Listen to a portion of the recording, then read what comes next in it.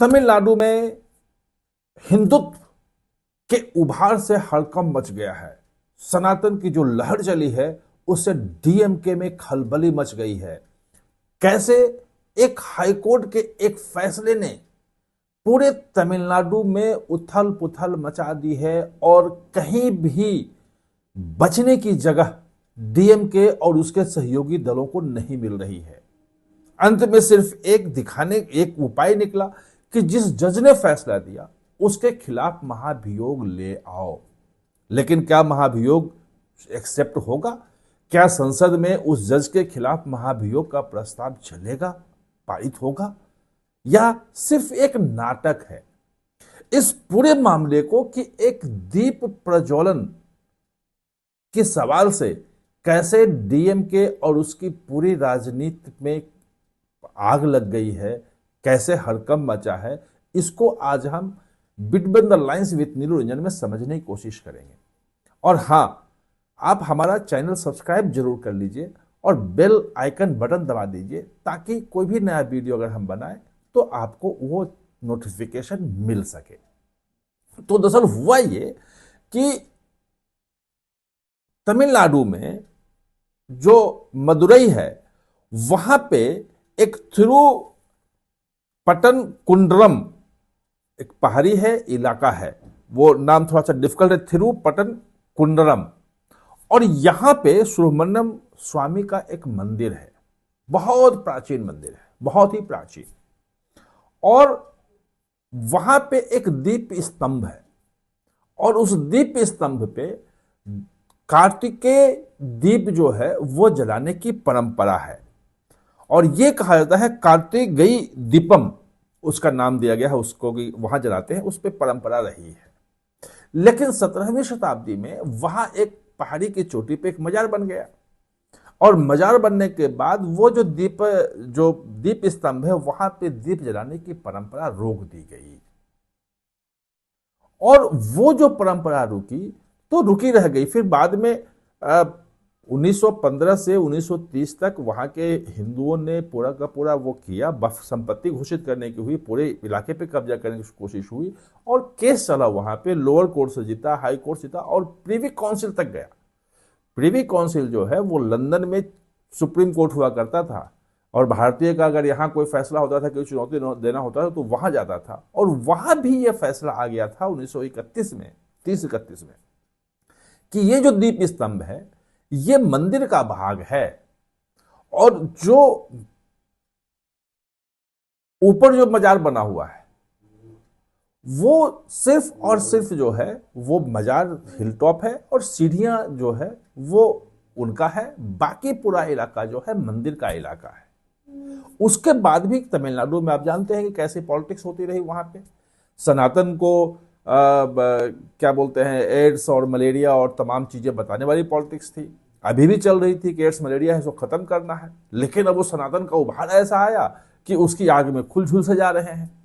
तो हुआ ये कि लोगों ने कहा कि भाई अगर हमारा इलाका है, ये हमारे अंडर में आता है, तो दीप जलाने का तो दीप स्तंभ पे होगा। कह दिया गया था कि पहाड़ी के नीचे, मंदिर से दूर नीचे जाके दीप जलाओ, यानी जहां स्थान है वहां नहीं जलाना है। कोर्ट में जो जस्टिस जी.आर. स्वामीनाथन हैं उन्होंने 1 दिसंबर को फैसला दिया कि भाई प्रीवी काउंसिल का फैसला है और जब इनका स्थान है तो यहां पे जलाने दो, नहीं जलाने दिया। उसके बाद हुआ ये कि लोग आ गए कि भाई कंटेम्प्ट है, क्योंकि रोक लिया, वहां के कलेक्टर ने, एसएसपी ने, पुलिस फोर्स लगाई, नहीं जलाने दिया, तो उनके खिलाफ कंटेम्प्ट का केस भी हो गया और दोबारा ऑर्डर दिया। हाईकोर्ट में डबल बेंच के पास गए, उसने भी कहा कि नहीं, महाभियोग कराऊं, कंटेम्प्ट का केस भी चलेगा, अवमानना का केस, और उसके बाद दीप भी आपको वहीं जलाने देना पड़ेगा क्योंकि सारे तथ्य जो हैं उनके पक्ष में है। और अन्नामलाई ने इस पूरे आंदोलन को दक्षिण की अयोध्या कहा कि पूरे दक्षिण भारत में हिंदुत्व के उभार का एक कारण बनेगा, और बन गया। और अन्नामलाई भागे भागे सुप्रीम कोर्ट आए, सुप्रीम कोर्ट से भी राहत उस ढंग से नहीं मिली। कहा कि ठीक है, हम मामले को सुनेंगे। अब डबल बेंच में लगा है, कहीं 15 को सुनवाई हो, कहीं 17 को है। सुप्रीम कोर्ट भी डेट देने वाला है कि कब सुनवाई करेगा। लेकिन इस बीच में जो अवमानना वाला केस है वो चल रहा है। अब हाईकोर्ट का ऑर्डर नहीं मानना ये तो बड़ी बात हुई। अब अधिकारियों ने कह दिया कि भाई हम तो नप जाएंगे, एसपी ने कहा, कलेक्टर ने कहा कि हम तो नप गए।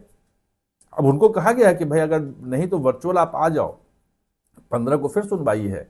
लेकिन अब हमें हाईकोर्ट का ऑर्डर मानना पड़ेगा और मौखिक रूप में जो डीएमके के कह रहे हैं नेता, जो स्टालिन दे रहे हैं कि नहीं दीप जलाने देना है वहां पे दीप स्तंभ पे, ये नहीं चलेगा। या तो ऑर्डर करो, कुछ कानून लाओ।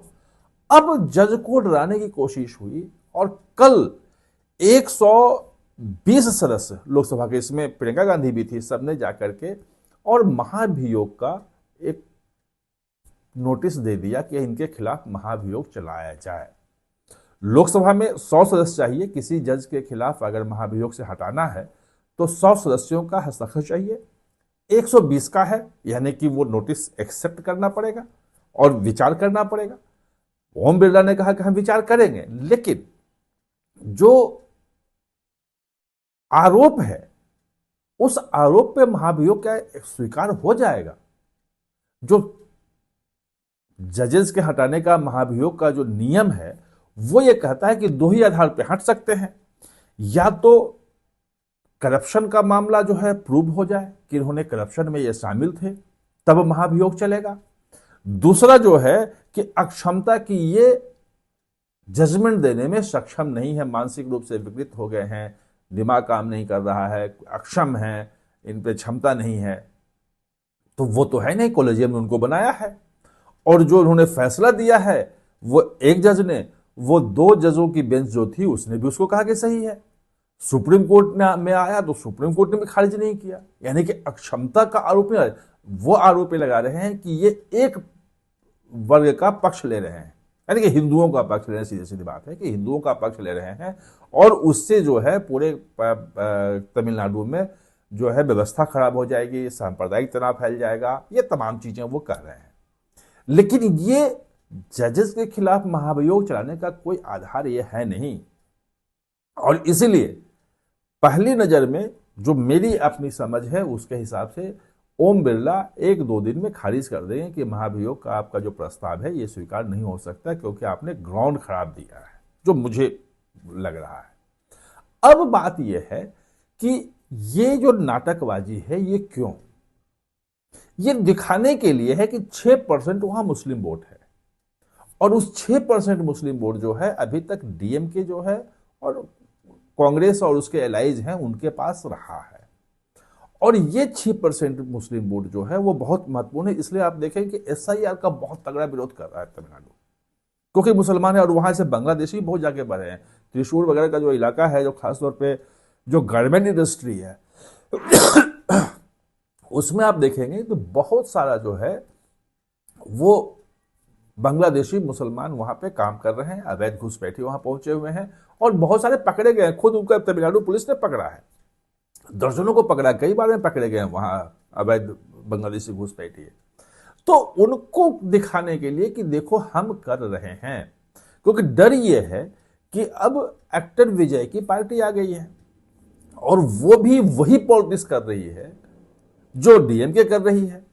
और अगर वहां पे दीप जलाने दिया गया, अगर हिंदू संगठन वहां पे दीप जला पाए दीप स्तंभ पे, तो मुसलमान वहां नाराज हो जाएगा। जैसे बाबरी मस्जिद के विध्वंस के बाद पूरा मुसलमान नाराज हुआ और कांग्रेस को उत्तर भारत में छोड़ दिया, वो क्षेत्रीय दलों के पास वोट बैंक चला गया, वो वैसे ही वहां अगर एक्टर विजय की पार्टी में अगर वोट खिसका तो फिर जैसे कांग्रेस खत्म हो गई उत्तर भारत से, वैसे दक्षिण भारत तमिलनाडु से डीएम का की भी मतलब बिल्कुल हमेशा के लिए खत्म हो सकती है। ये डर है, इसलिए वो कुछ करते हुए दिखना चाहते हैं।